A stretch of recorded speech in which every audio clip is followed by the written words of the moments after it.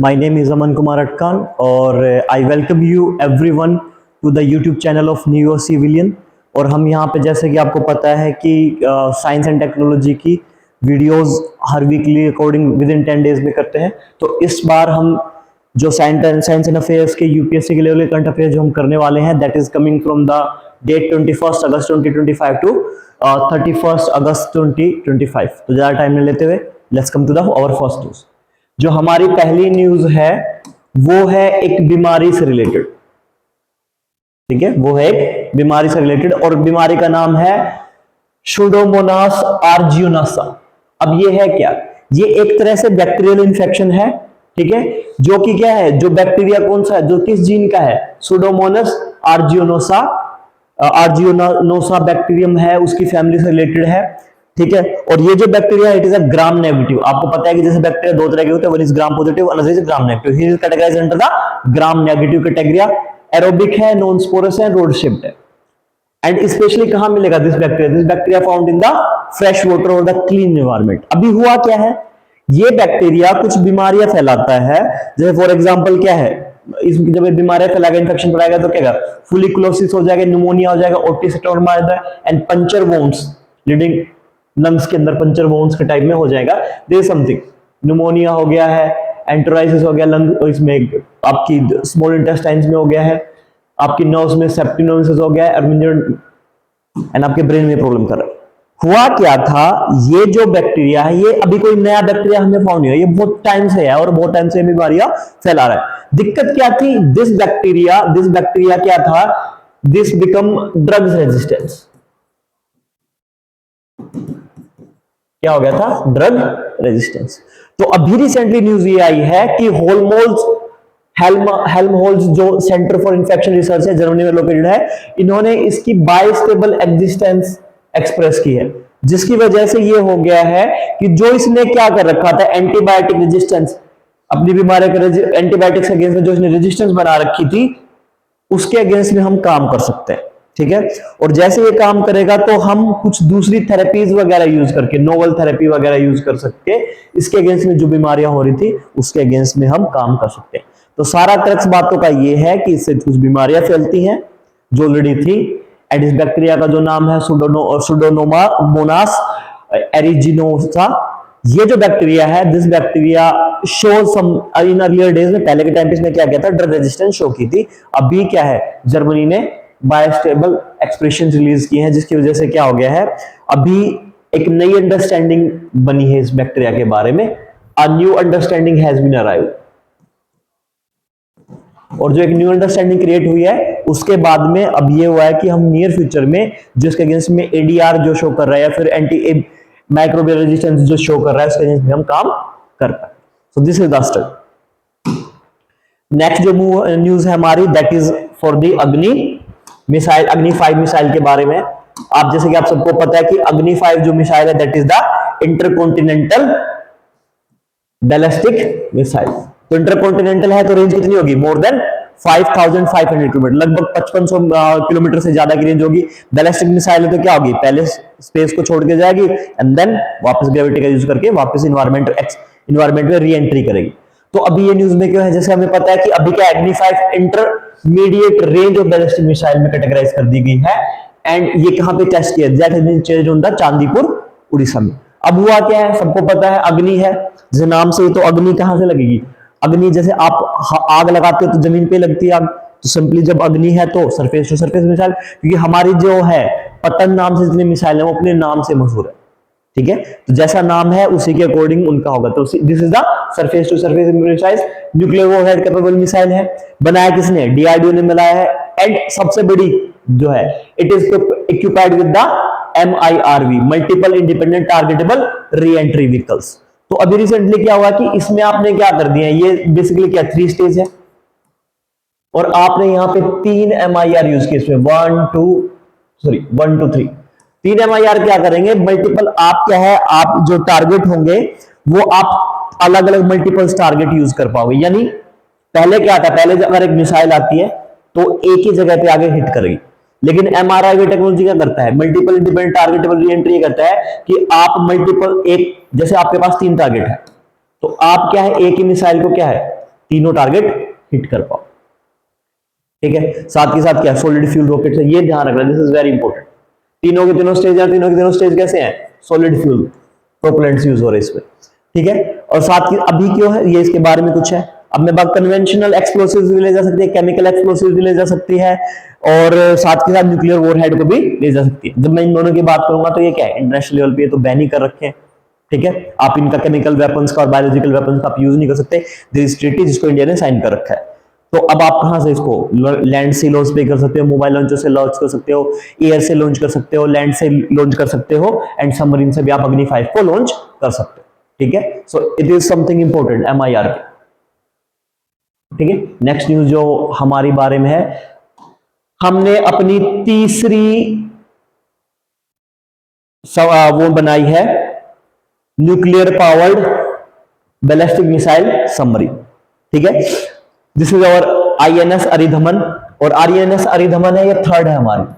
पहली है हमारी INS अरिहंत, दूसरी है INS अरिधम, एंड तीसरी INS, sorry let me have some work.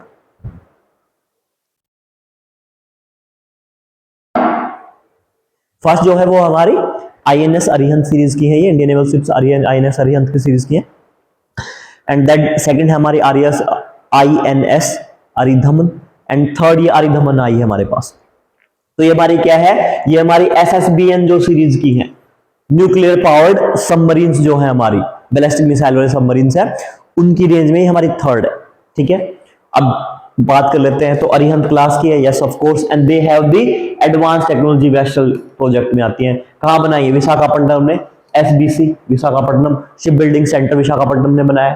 अब इसकी बात कर लो तो 15 मीटर की है, डायमीटर 15 मीटर रेंज है, डायमीटर कितना है 100 है, 7000 टन तक का डिस्प्लेसमेंट है, और साथ ही साथ क्या है K4 SLBMs जो हमारी क्या है, जो K4 सीरीज की मिसाइल्स है उनको क्या कर सकते हैं, लॉन्च कर सकते हैं। और ये कुछ टेक्नोलॉजी इनके बारे में आप बात की, ध्यान रखना है जो SSBN टेक्नोलॉजी उसमें थर्ड वाली है, ये थर्ड वन। ठीक है, now move to the next news. जो हमारी नेक्स्ट न्यूज है वो है कपल्ड चार्ज डिवाइसेस के बारे में है। इनकी डिस्कवरी बहुत पहले होगी, तभी रिसेंटली न्यूज में है। अब कपल चार्ज होते क्या है, कपल चार्ज डिवाइसेस वो होते हैं जिनकी सबसे पहले इन्वेंशन 1969 में हुई थी।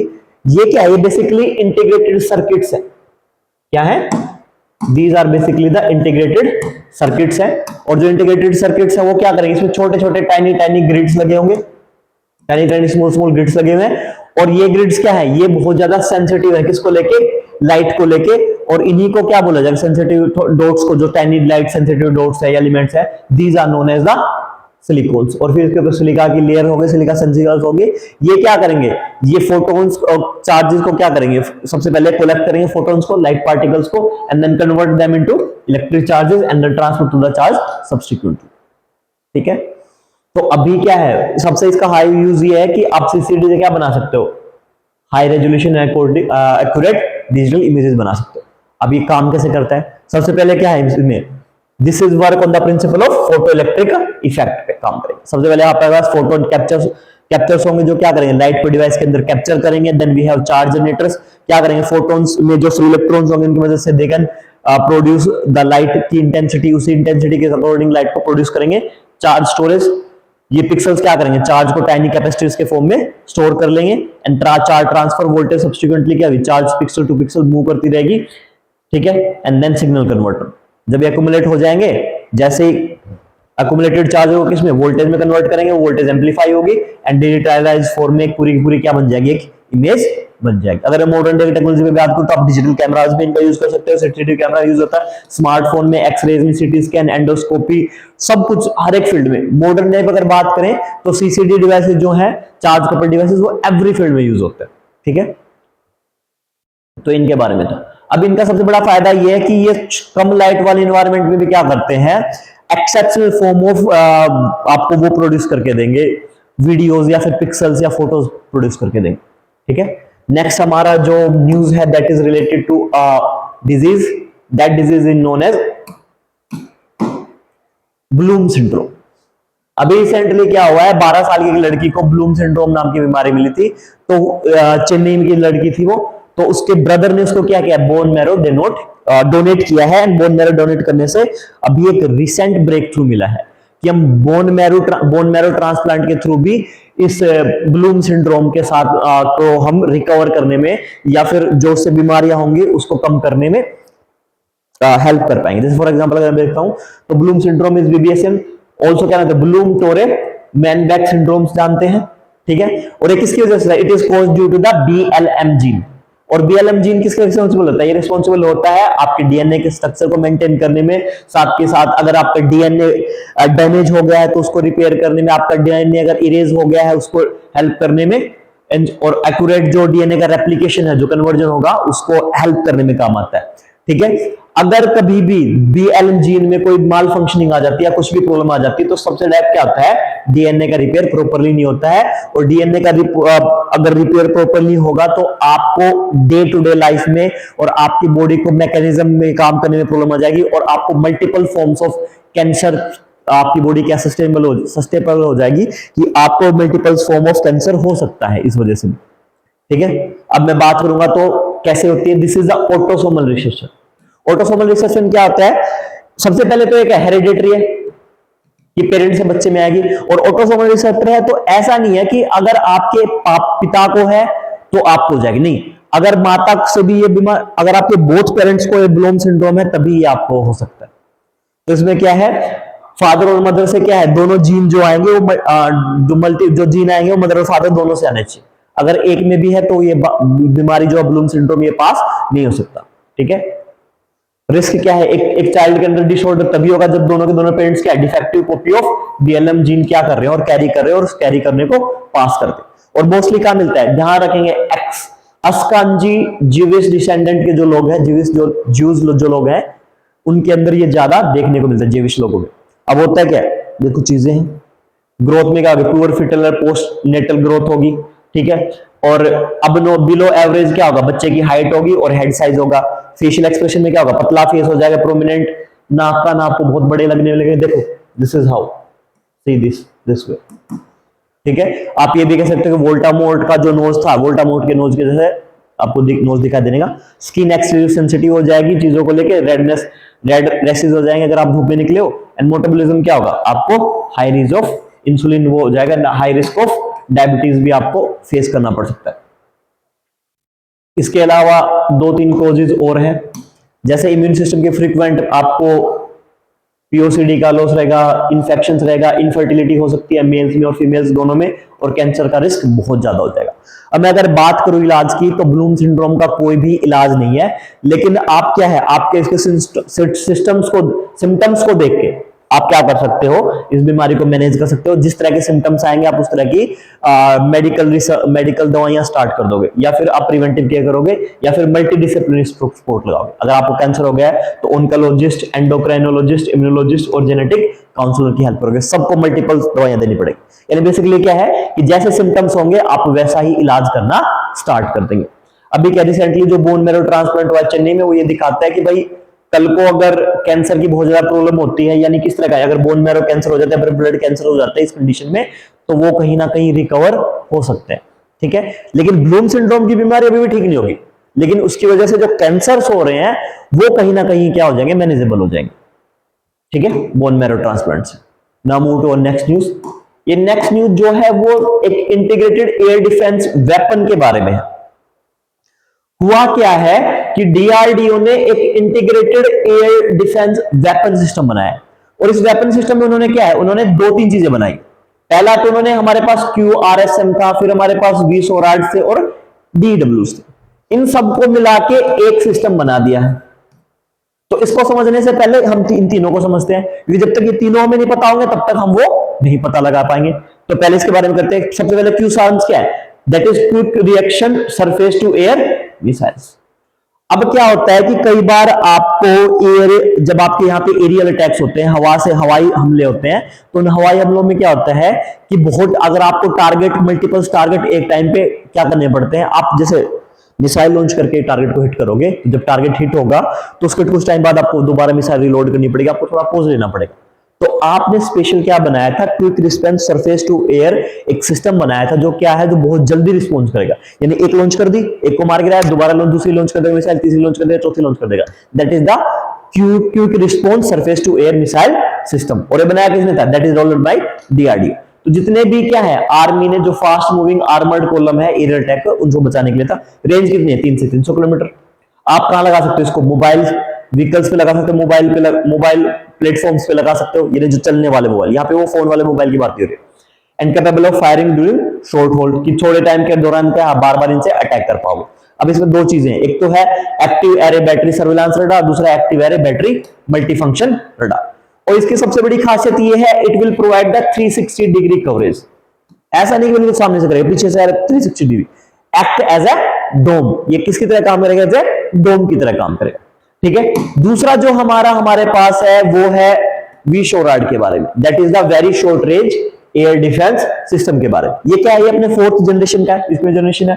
तो और ये किसका part, this the MANPAD. MANPADS के बारे में हमने बहुत पढ़ा है कि आपने वो आरपीजी देखे, आरपीजी का तो एक और एडवांस वर्जन आया था आरपीजी के जैसा, जिसको सोल्जर्स क्या करेंगे, इजी टू कैरी है, अपने कंधे पे रखेंगे और कोई भी एरियल टारगेट जा रहा है या शॉर्ट रेंज कोई टारगेट है, उसको एरियल टारगेट है, उसको आप क्या कर पाओगे, हिट कर पाओगे। ठीक है। इसकी रेंज कितनी, इसकी रेंज है 300 मीटर से लेके 6 किलोमीटर तक। आर्मी के लिए, नेवी और एयरफोर्स के लिए बहुत इंपॉर्टेंट है। एंड इसको आरसीआई हैदराबाद रिसर्च सेंटर इमारत हैदराबाद ने क्या किया, डेवलप किया। और थर्ड है डीईडब्ल्यू, डायरेक्ट एनर्जी वेपन्स। ये क्या करते हैं, ये कोई अपने आप में कोई मिसाइल वगैरह हिट नहीं करते।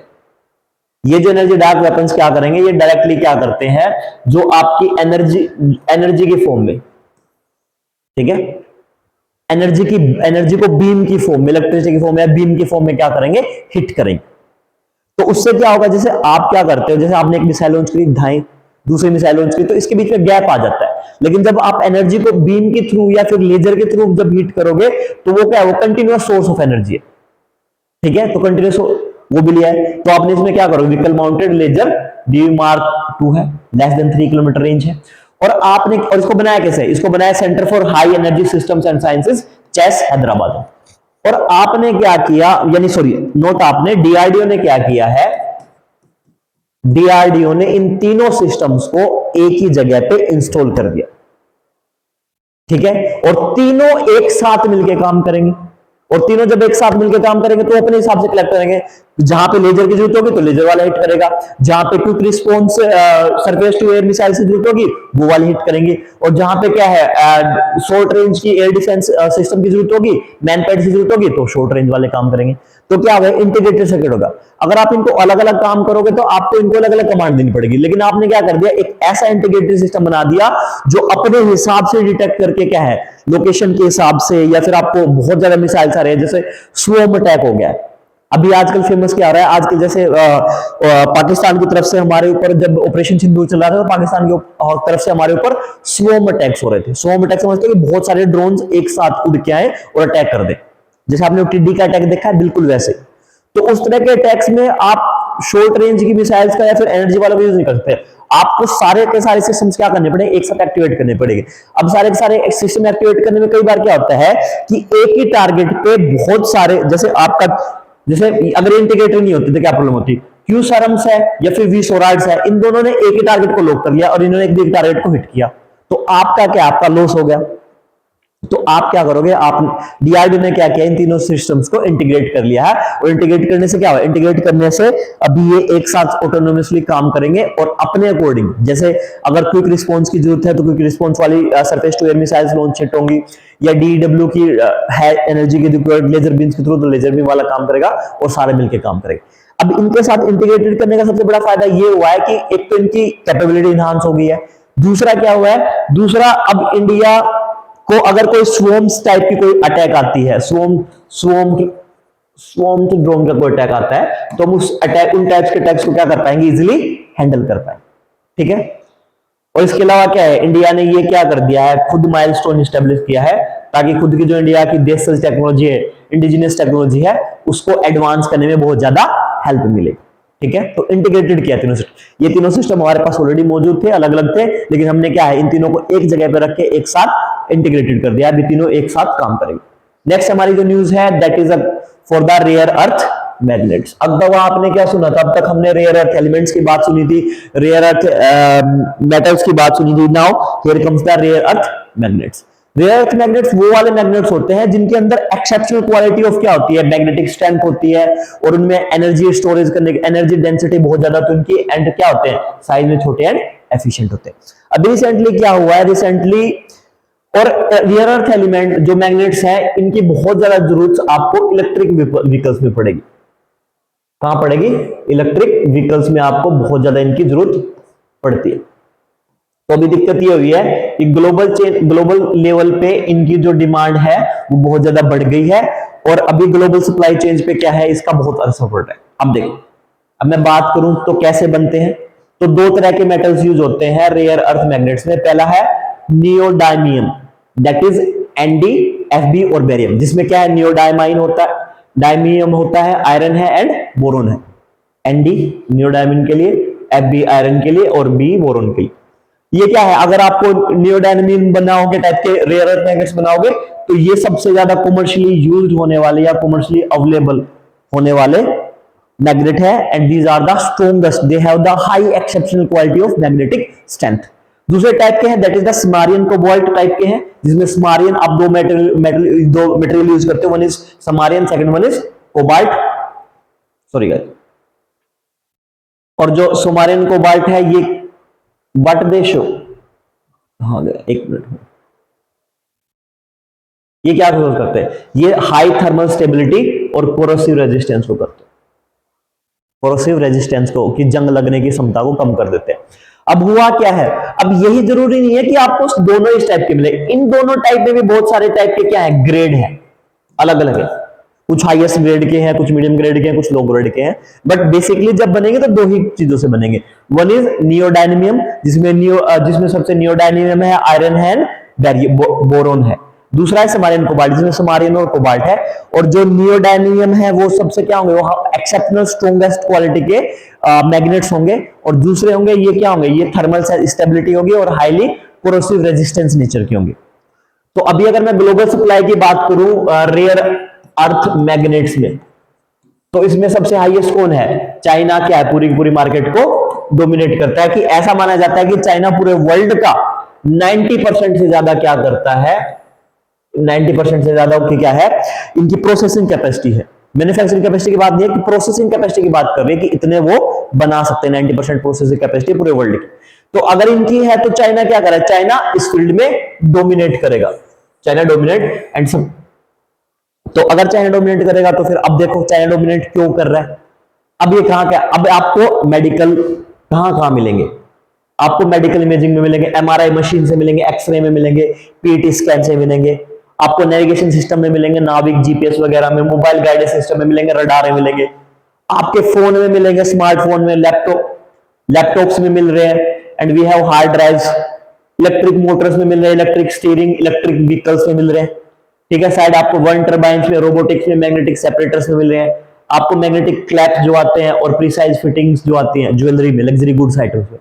तो आप ये चीज अगर नोटिस कर रहे हो तो आप एक बात ये देख रहे हो कि आप जो हर एक फील्ड की बात कर रहा हूं मैं, बेसिक फील्ड से लेके आपके छोटे से स्मार्टफोन या लैपटॉप से लेके हाई एंड टेक्नोलॉजी जो हो रही है, आपकी स्पेस टेक्नोलॉजी तक भी क्या है, हर एक फील्ड में आपको रेयर अर्थ मैग्नेट्स की जरूरत पड़ रही है। आपको अपनी ज्वेलरी से लेके आपको मैग्नेटिक, आपको अपनी मेडिसिन के फील्ड में, आपको मेडिकल के फील्ड में, हर जगह पे आपको ये सब मिल रहा है। तो इसीलिए क्या कर पा रहा है, इसकी इनकी क्या है, डिमांड बहुत ज्यादा है, और डिमांड बहुत ज्यादा होने के बाद सप्लाई इनकी बहुत कम है। तो चाइना क्या कर रहा है, चाइना इस चीज को डोमिनेट कर रहा है, चाइना सबसे ज्यादा रेयर अर्थ मैग्नेट्स बना रहा है। और रेयर अर्थ मैग्नेट्स बनाने की वजह से क्या है, इस वजह से चाइना जब चाहे अपना डोमिनेंट शो करके एक पूरे वर्ल्ड में वल्नरेबिलिटी आ गई है। ठीक है, अब ये तो हो गए एप्लीकेशंस। अब इंडस्ट्री का रिस्पॉन्स क्या है? इवन आपकी रॉयल इनफील्ड के जो गियर सेंसर्स है, जब आप गियर सेंसर्स, जब आपने नॉर्मली देखा ना कि पहले तो आपको क्या होता था, आप गियर डाल देते थे पता नहीं लगता था। अब आजकल सेंसर्स आने लग गए कि आपने पहला गियर डाल दिया, दूसरा गियर डाल दिया, आपके ओडोमीटर में क्या करता है, वो शो करने लग जाता है, आपकी बाइक्स में, आपकी गाड़ियों में पता आता है। वहां पे भी ये रेयर अर्थ मैग्नेट्स यूज हो रहे हैं, ट्विकिंग सेंसर्स डिजाइन में, रिमूविंग नॉन क्रिटिकल डिस्प्लेज में फीचर्स में हो रहे हैं, मैग्नेट फ्री मोटर टेक्नोलॉजी में हो रहे हैं। तो जब आप देखोगे तो हर एक फील्ड में आपके ये सब यूज हो रहे हैं। ठीक है, अभी ये क्या है, अभी बात ये है कि ईवी के सेगमेंट में सबसे बड़ी इनकी डिमांड की जरूरत है और इनकी शॉर्टेज भी मार्केट में, ग्लोबल चेन सप्लाई में इनकी शॉर्टेज होने की संभावना है। और अगर मैं ईवी सेगमेंट ईवी मार्केट की बात करूं तो ऐसा माना जाता है लगभग 30% का जो मोटर का कॉस्ट है इलेक्ट्रिक व्हीकल्स में, वो सिर्फ और सिर्फ इन्हीं मैग्नेट्स की वजह से होता है। ठीक है, now move to the next news. Next news जो है वो बीमारी के रिगार्डिंग है, that is the glanders disease. और एक ग्लैंडर डिजीज क्या होती है, this found in the equines. Equines में हॉर्सेज आते हैं, आपके म्यूल्स आते हैं, डोंकी आते हैं। अभी रिसेंटली क्या हुआ है, department of animal husbandry and dairying ने क्या किया है, जो किसके अंडर में आता है, ध्यान रखना है किसके अंडर आता है, मिनिस्ट्री ऑफ फिशरीज के under, fisheries, animal husbandry and dairying के अंडर में आता है, department of animal husbandry and dairying इसके अंडर में है। इन्होंने क्या किया, इन्होंने एक रिवाइज नेशनल प्लान बनाया है जिसमें जो ग्लैंडर्स की बीमारी, देखो स्किन पे ऐसे पैचेस हो जाते हैं, ये जो बीमारी है, सी लुक हियर, इससे निपटने के लिए क्या है ये बताया, क्योंकि this is a very serious problem और serious disease, infectious disease in horses या इक्विन्स। अभी होती किस है, अभी ये होती है एक बैक्टीरिया की वजह से जो बहुत ज्यादा क्या है, सॉरी, जो बहुत ज्यादा क्या है, बहुत ज्यादा कंटेजिनियस है बैक्टीरिया, और बैक्टीरिया का नाम है बुरकेहोल्डेरिया मेलाई, बुरकोल्डेरिया मेलाई। ठीक है, तो इस बैक्टीरिया की वजह से होता है and it is also a zoonotic risk. Zoonotic disease नहीं है पर जूनोटिक रिस्क है कि ये एक एनिमल से दूसरे एनिमल में फैल सकती है। ठीक है, अब होता क्या है, होता ये है कि इनके रेस्पिरेटरी ट्रैक्स में अल्सर्स हो जाते हैं या फोड़े बन जाते हैं, अल्सर्स हो जाते हैं, साथ में कैटकाइटिस हो जाता है फारसी में, एंड कैरेक्टराइज स्किन लेजेंस, की स्किन पे धब्बे पड़ जाता है। अब होता कैसे है, अगर कई बार क्या है, फूड और वाटर कंटेमिनेटेड हो, उसके थ्रू नेशनल डिस्चार्ज, नाक से पानी वगैरह बह रहा है, उसके थ्रू भी ये वन एनिमल टू दूसरे, one horse to another horse या वन डंकी या mule to one equine to another में फैल सकती है। कई बार आप क्या करते हो, कई बार अगर इंसान या फिर कोई जानवर क्या कर ले, नोट इंसान में नहीं फैलेगा, अगर कोई जानवर डॉग वगैरह है तो क्या करे, they can eat the horse meat, तो उसमें भी फैल सकती है। अब कौन से ऑप्शन उनको फैलती है, नेजल, पल्मनी एंड कैटेनियस को इफेक्ट करती है ये ग्लैंडर्स की बीमारी। ठीक है, होती कहां फाउंड मिलेगी आपको, एशिया में मिलेगी आपको, अफ्रीका में मिलेगी, you have founded in the middle east and the south America, ध्यान रखना यहां मिलती है। और अब क्या है, ये किसके अंडर रेगुलेट होती है, एक तो पूरे वर्ल्ड में कौन रेगुलेट करेगा, पूरे वर्ल्ड में इसको world organisation for animal health. ठीक है, जैसे हमारा वुमेन्स के लिए क्या है WHO, वैसे एनिमल्स के लिए क्या है WOAH है, world organisation for animal health के लिए है। तो उन्होंने क्या है, उन्होंने कोड बना रखे हैं जिसमें ग्लैंडर्स को रिकॉग्नाइज कर रखा है। साथ के साथ हमारे यहाँ पे है prevention and control of infections and contagious diseases animal, PCICDA act 2009, इसके अकॉर्डिंग क्या है, this is categorised as the notifiable disease. और नोटिफाइबल डिजीज ये होती है कि अगर कभी भी ये बीमारी पनपती है तो इसके बारे में आपको डिस्ट्रिक्ट कलेक्टर को या फिर अपने वहां पे जो CMO है उसको क्या करना पड़ेगा, चीफ मेडिकल ऑफिसर है या फिर एनिमल हस्बेंड्री के रिगार्डिंग कोई ऑफिसर है तो उनको क्या करना पड़ेगा, नोटिफाई करना पड़ेगा, उनको बताना पड़ेगा। ठीक है, तो अभी जो गवर्नमेंट ये नया रिवाइज प्लान लेके आ रही है, इसके थ्रू क्या है, इसके थ्रू हम क्या पता लगा पाएंगे, एक पूरा एक्शन ले पाएंगे, एक्शन प्लान बना पाएंगे जिसके थ्रू हम क्या कर पाएंगे, हम कंट्रोल कर पाएंगे, एलिमिनेट कर पाएंगे ग्लैंडर्स डिजीज को। साथ के साथ हम सर्विलांस के बारे में बात कर सकते हैं ताकि जो पूरे देश भर में इक्विनोक्स है उनके वेलबींग को और ज्यादा मेंटेन किया जा सके। Now move to our next news. Next news है हमारी GBS, गुलेन-बेरे सिंड्रोम। ये एक तरह की रेयर और सीरियस बीमारी है, एक तरह का डिसऑर्डर है। इसमें क्या होता है, इसमें आपका खुद का इम्यून सिस्टम ही आपके पेरिफेरल नर्व सिस्टम पे क्या करने लग जाता है, अटैक कर जाता है। यानी आपका खुद का इम्यून सिस्टम है और आपके खुद के पेरिफेरल नर्व सिस्टम पे अटैक करने लग जाता है, और ये जानबूझ के नहीं करता, इनमें हैपनिंग हो जाती है। अभी दिक्कत ये है कि भाई करता क्यों है, इम्यून सिस्टम पागल है जो ऐसे करेगा। इम्यून सिस्टम का काम क्या है, इम्यून सिस्टम का नॉर्मल काम आपकी बॉडी को एक्सटर्नल जो प्लेयर्स हैं, फॉरेन पार्टिकल्स उन सबसे बचाना है, लेकिन प्रॉब्लम क्या है, खुद अटैक करेगा तो प्रॉब्लम ज्यादा हो जाएगी। तो अब तक हमें ना GBS के एक्चुअल जो कोज है, किस वजह से फैलता है, उसका नहीं पता लगा है। लेकिन अभी भी कई बार क्या होता है, कई बार ऐसा होता है कि कई बार हम किसी बैक्टीरिया या फिर वायरल इंफेक्शन की वजह से GBS एक्टिवेट हो जाता है। कई बार आप किसी तरह की वैक्सीनेशन करा लेते हो या फिर कोई आपकी मेजर सर्जरीज हो जाती है, तो उसके बाद लोगों में GBS की प्रॉब्लम देखी जाती है। कि आप में क्या है, आप में इम्यून ऑटो इम्यून डिसऑर्डर्स आ जाते हैं और आपका खुद का जो इम्यून सिस्टम है वो आपके बॉडी के ही पेरिफेरल नर्व सिस्टम पे अटैक करने लग जाता है। तो डायरेक्ट कोई कोज नहीं है, लेकिन आपको जीबीएस कब देखने को मिलेगा? जीबीएस आपको तब देखने को मिलेगा या आपको कोई बैक्टीरिया वायरल इंफेक्शन हुआ हो, या इसके अलावा कोई आपकी मेजर सर्जरी हुई हो, या फिर आपने कोई स्पेशल वैक्सीनेशन कराया हो। आपने कई बार, पता है, कई बार आपने ये भी देखा होगा कि कोरोना के टाइम पे बहुत सारे केसेस ऐसे भी आए थे जिसमें वैक्सीनेशन के जस्ट विद इन कुछ डेज में, विद इन 2-3 डेज में, within 6 hour, 12 hour, 24 hours के, या विद इन 72 आवर्स में क्या हो गया था, बहुत सारे लोगों की डेथ हो गई थी। तो कई बार उसमें भी क्या, उसमें भी यही प्रॉब्लम आई थी कि वैक्सीनेशन के बाद में आपके इम्यून सिस्टम ने क्या कर दिया था, ऑटो इम्यून डिसऑर्डर हो गया था और आपका इम्यून सिस्टम ही उसके अगेंस्ट में फाइट करने लग गया था और आपका इम्यून सिस्टम आपके बहुत सारे ऑर्गन्स को शट डाउन करने लग जाएगा। तो इसमें क्या होता है, पेरिफेरल नर्व सिस्टम को काम करेगा। अब सिम्टम क्या, अब सिम्टम्स क्या है, क्या क्या लक्षण है? स्टार्टिंग के कुछ दिनों में आपको फीवर लगेगा, लेकिन उसका रीजन नहीं पता लगेगा, ठीक है। आपकी मसल्स में वीकनेस आएगी और साथ के साथ आपको न्यूरोलॉजिकल सिम्टम्स दिखाई देंगे, न्यूरॉन से इफेक्ट है, ठीक है। अब सिम्टम्स कुछ घंटों से लेकर कुछ दिनों तक, कुछ सप्ताह तक रह सकते हैं और अगर ये ऐसे ही चलते रहे सिम्टम्स और आपका इम्यून सिस्टम ऐसे ही अटैक करता रहा आपकी बॉडी के या फिर आपकी पेरिफेरल नर्व सिस्टम पे, तो आपको क्या होगा, कंप्लीट पैरालिसिस हो जाएगा कई केसेस में, ठीक है। पर कुछ कुछ इंडिविजुअल्स के साथ में क्या होता है, उनको कुछ हल्की माइल्ड वीकनेस आती है, साथ के साथ उनको लंग्स, वो क्या होता है, वो ब्रीदिंग में प्रॉब्लम आती है, पैरालिसिस हो गया ब्रीदिंग में। कुछ कुछ ऑर्गन्स पे अलग अलग लोगों के साथ अलग अलग सिम्टम्स देखने को मिलते हैं। अगर मैं ट्रीटमेंट की बात करूं तो कोई भी ट्रीटमेंट नहीं है, लेकिन फिर भी हम क्या करते हैं, प्लाज्मोफेरेसिस या फिर इम्यूनोग्लोबिन थेरेपी का यूज करते हैं, ताकि क्या हो सके, जो सिम्टम्स है सिम्टम्स कम हो सके और रिकवरी क्या हो सके, फास्ट हो सके। ऐसा है, कई बार ऐसा होता है कि most of the recovers fully recover हो जाते हैं, लेकिन कई लोगों के ऊपर क्या है, लाइफ थ्रेटनिंग प्रॉब्लम आ जाती है। आप एक्चुअल वो काम नहीं करते हैं, जो आप सिम्टम्स आएंगे उन सिम्टम्स को क्या करते हो, एड्रेस करते हो। एंड नेक्स्ट क्या है, कई बार ऐसा होता है रिकवरी होने में सालों सालों भी लग जाते हैं, और लेकिन कई बार ऐसा होता है कि आपको चलने के लिए अगले 6 महीने तक लगातार वो करना पड़ता है। अभी रिसेंटली न्यूज में जीबीएस सिंड्रोम इसलिए था, गुएनबुलर सिंड्रोम इसलिए था कि गाजा, जो पैलेस्तीन में जो गाजा प्लेस है, वहां पे लोगों में जीबीएस के गुएनबुलर सिंड्रोम के बहुत ज्यादा केसेस देखे गए हैं, लोगों में ये प्रॉब्लम देखी जाने लगी है, ठीक है। और उनमें क्या फुल बॉडी पैरालिसिस की सिचुएशन देखी गई है। नेक्स्ट जो न्यूज है that is for a missile, ठीक है, निम्ब्रिक्स मिसाइल। स्वीडन की एक कंपनी है, this is the Nimbrix missile, Sweden की कंपनी है, ठीक है, और उस कंपनी का नाम है साब।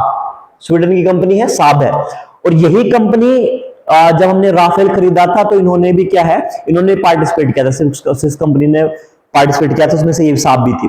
तो साब ने क्या किया, साब ने एक नई तरह की मिसाइल बनाई है जिसका नाम है निम्ब्रिक्स मिसाइल, और ये मिसाइल स्पेशली बनाई गई है काउंटर करने के लिए अनमैन्ड एरियल व्हीकल्स को, काउंटर अनमैन्ड एयर व्हीकल्स। तो जितने भी क्या है अनमैन्ड एयर व्हीकल्स हैं, इनकी प्रॉब्लम बहुत ज्यादा बढ़ रही है, ये बहुत छोटे होते हैं, तो आपको क्या, और छोटे होंगे, बहुत फास्ट होंगे, तो इनको हिट करने के लिए क्या है, स्पेशल टाइप ऑफ मिसाइल बनाएगी।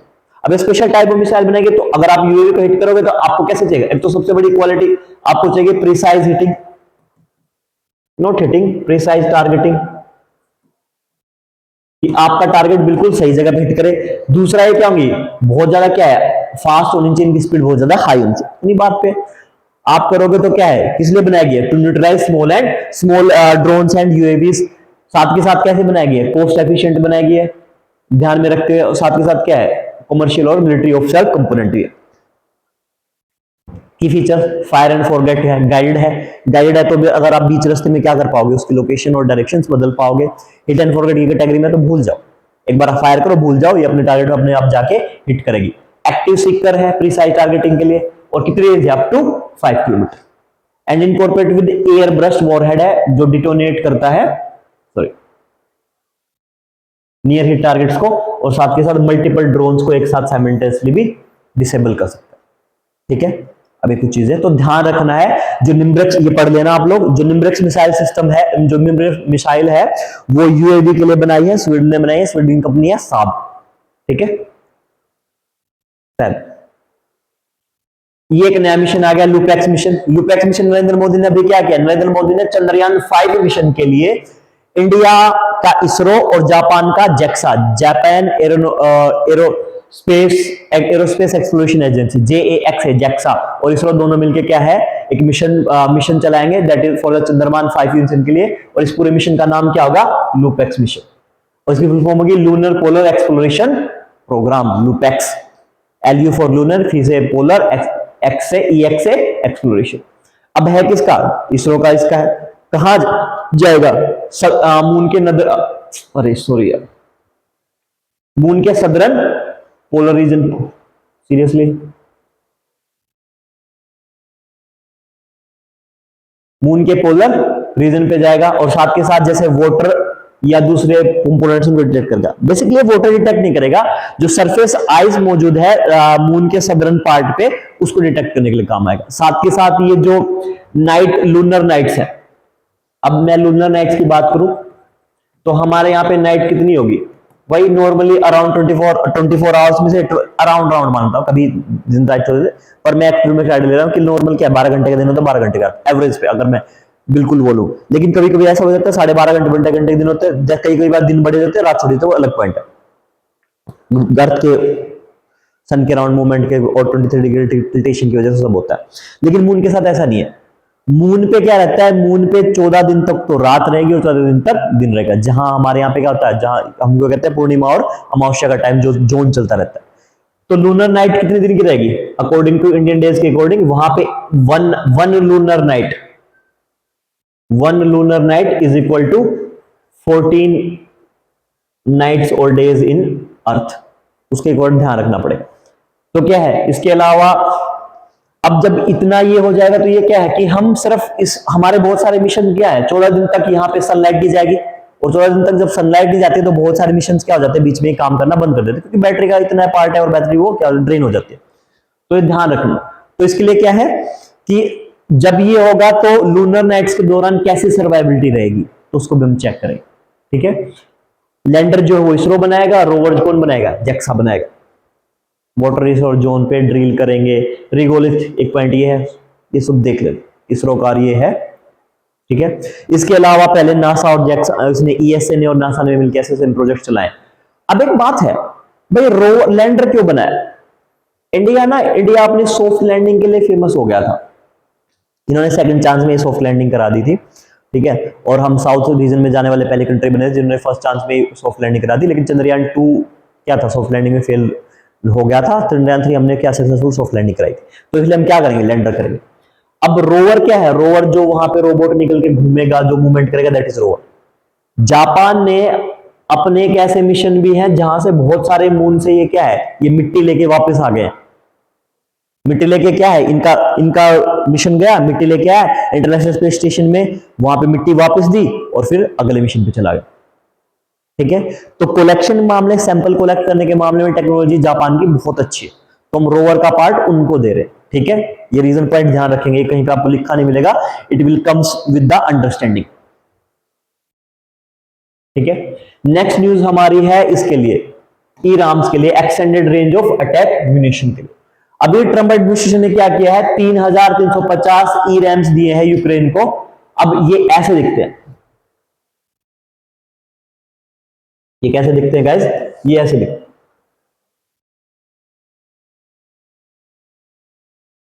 ये ऐसे दिखते हैं, सीरियसली